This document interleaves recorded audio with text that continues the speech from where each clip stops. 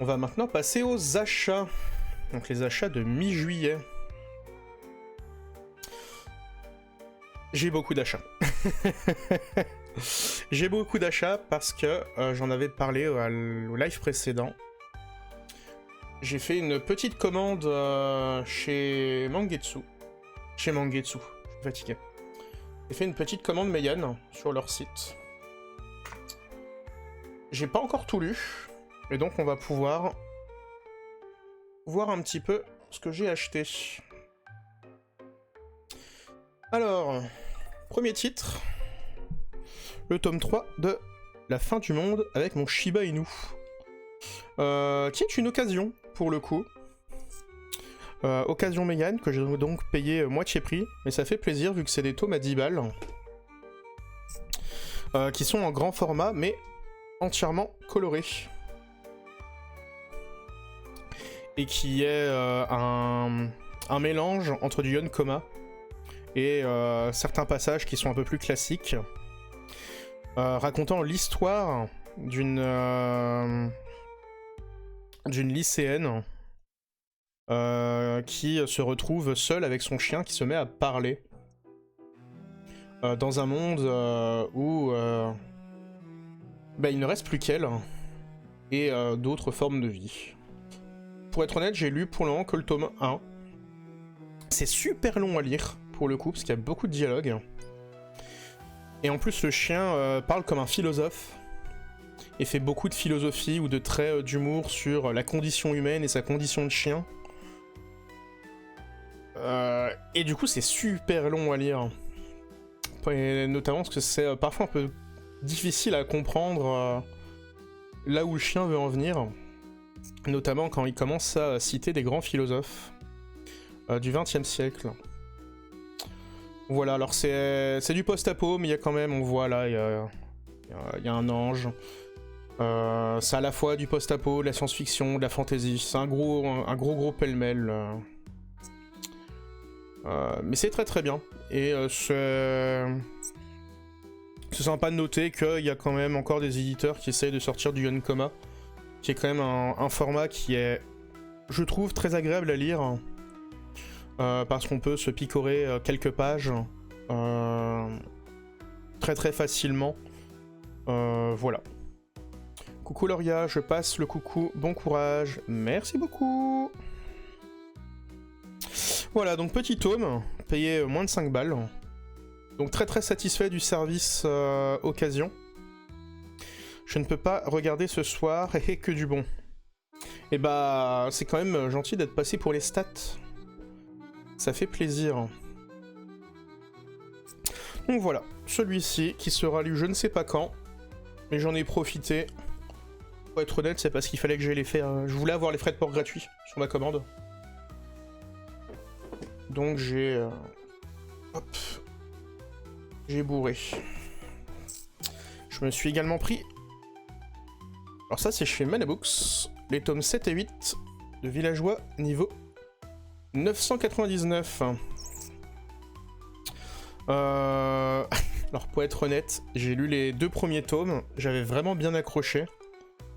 J'ai acheté tous les suivants et je n'ai pas encore lu jusqu'au tome 6. Donc je saurais pas dire si ça a bien évolué ou pas. J'ai un ami qui continue de les lire, qui me dit que c'est toujours cool. Il y a l'air d'avoir un trip où ça... Voilà, de souvenir c'est de l'isekai. Il y a un gros aspect où le personnage ramène des technologies modernes. Ou alors il y a des technologies modernes dans le monde. Je sais plus trop. J'avoue que j'ai un peu acheté... parce que je commençais à avoir du retard. Il faut que je les lise. Pour me faire un avis un peu plus profond. D'autant plus que je me souviens pas des 2 premiers tomes. Et merci Tritri pour le follow. Autre titre où j'avais un maximum de retard, c'est Tear Moon Empire Story. J'ai acheté le tome 3, mais aussi le tome 4, mais aussi le tome 5. J'avais vraiment beaucoup de retard sur la série. Pareil, j'ai lu les 2 premiers tomes. J'avais fortement apprécié. Hop. Un peu d'image. Alors pareil, je ne saurais plus dire exactement de quoi parler les 2 premiers tomes, parce que ça fait vraiment un bout de temps. Je les ai lus à la sortie. Ça doit faire plus d'1 an maintenant. Mais pareil, j'avais beaucoup apprécié les 2 premiers tomes. En général, si j'apprécie pas les 2 premiers tomes, je continue pas la série. Et donc je revends les tomes. Donc si je les ai pas revendus, c'est que j'avais bien apprécié. Mais alors, de souvenirs, c'était une personne qui se faisait bannir, qui remonte un empire finalement, comme dit son nom. Tyramoon Empire Story, donc tout est dans le titre finalement. Pareil, je suis un peu triste de pas pouvoir vous en dire plus. Le dessin est pas fifou. C'est assez bas dans le basique. Enfin, dans le basique. C'est assez bas dans les canons actuels des codes du manga. Mais voilà, l'histoire était rigolote sur les 2 premiers tomes. Notamment avec les suivantes qui étaient assez rigolotes. Voilà. Alors le problème en plus, c'est que Mayan a sorti toute une tripotée de mangas de ce style au même moment. Donc c'est parfois un peu compliqué de se souvenir de qui parlait de quoi. Mais voilà. Donc ces 3 petits tomes là. Pareil, je pense que je vais essayer de les lire pour rattraper mon retard. Et peut-être pourquoi pas faire une review dessus en les comparant avec les autres titres du genre. J'ai ensuite, et ça je vais pouvoir en parler pour le coup un peu plus, rattrapé mes 2 tomes de retard de Kuma Kuma Kuma Beer. Donc pour le coup là on est pile dans l'Iyashike. On suit l'histoire de... Je n'ai plus le nom de l'héroïne, mais on va la voir ici. De Yuna, qui se fait téléporter dans son jeu vidéo préféré. Avec un costume d'ours et 2 familiers en forme d'ours. Et une arme overcheatée en mode je tire des rayons laser avec mes gants en ours. Et qui du coup à la base se dit mais c'est quoi ce truc de merde. Et qui finalement comme tout bon isekai qui se respecte, spoiler non, mais comme beaucoup d'isekai classiques dirons-nous, le héros est overcheaté. Pour éviter en fait tout ce qui est le passage de ok on va se taper un arc d'entraînement, un arc de tournoi, etc., etc. Je te laisse bonne soirée, j'essaie de mater la rediff. Merci beaucoup Tritri, à la prochaine. Mais donc Yuna elle ne va pas utiliser ses pouvoirs pour aller vaincre le roi démon, mais pour faire le bien autour d'elle. Au début un peu par obligation, elle se... Finalement, les emmerdes lui tombent dessus, elle se dit bon ok, je vais aider les gens. Mais finalement, elle s'entoure de personnes qui l'apprécient, finalement elles vont former une sorte de famille.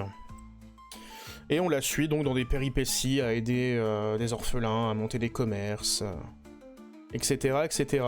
C'est très très humoristique. Pareil, niveau trait, là je dirais qu'on est vraiment dans la base de la base de ce qu'on fait de nos jours. C'est pas moche, mais c'est pas beau non plus. Mais c'est super drôle à lire, ça se lit vraiment tout seul. Et après un tome de Kuma Kuma Kuma Beer, on se sent bien. Y a pas de grandes péripéties, mais voilà, c'est exactement moi le type de lecture que je cherche, que j'ai envie de mettre en avant sur cette chaîne. C'est des lectures qui font du bien à lire finalement.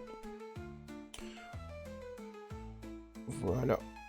Pareil, un petit peu de... Donc c'est 2 tomes à rattraper, ça aussi on pourra la comparer plus tard avec d'autres titres du genre.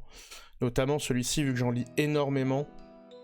Je vais pas dire que l'intégralité de mes lectures se résume à des Kuma Kuma Kuma Beer, mais on en est quand même pas trop loin. Vu que c'est vraiment ce genre de bouquin que j'aime.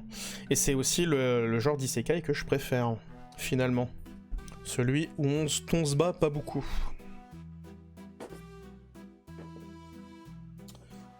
Hop. Ensuite, j'ai 3 autres achats. Et que je vais pouvoir vous en parler un peu plus. Parce que là, je les ai lus. Donc on va juste les montrer. Et on en reparlera sur la partie lecture. Qui vont être donc Chillin' Life in a Different World.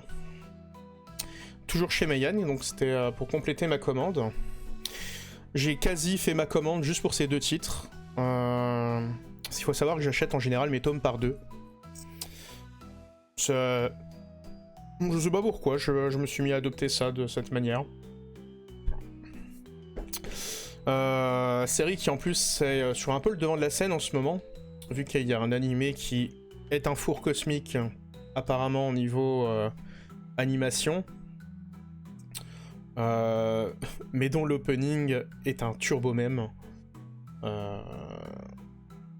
notamment parce que ça s'adresse vraiment à l'otaku de base, l'hikikomori qui ressent le moe, comme on dit, pour les personnages d'anime ou de manga. Et donc là on est clairement dans le bishoujo, le sentiment de moe envers les personnages, etc. Et c'est pour ça aussi que l'anime marche, enfin surtout l'OST de l'anime marche beaucoup. Et donc je vais en reparler dans la partie lecture. Et j'ai également acheté le tome 1 de Mission in the Apocalypse, mais dont on va parler en review, car ce sera la seule review pour le coup de la soirée. Je vais vous faire un gros retour dessus, car pour le coup, c'est un véritable coup de cœur.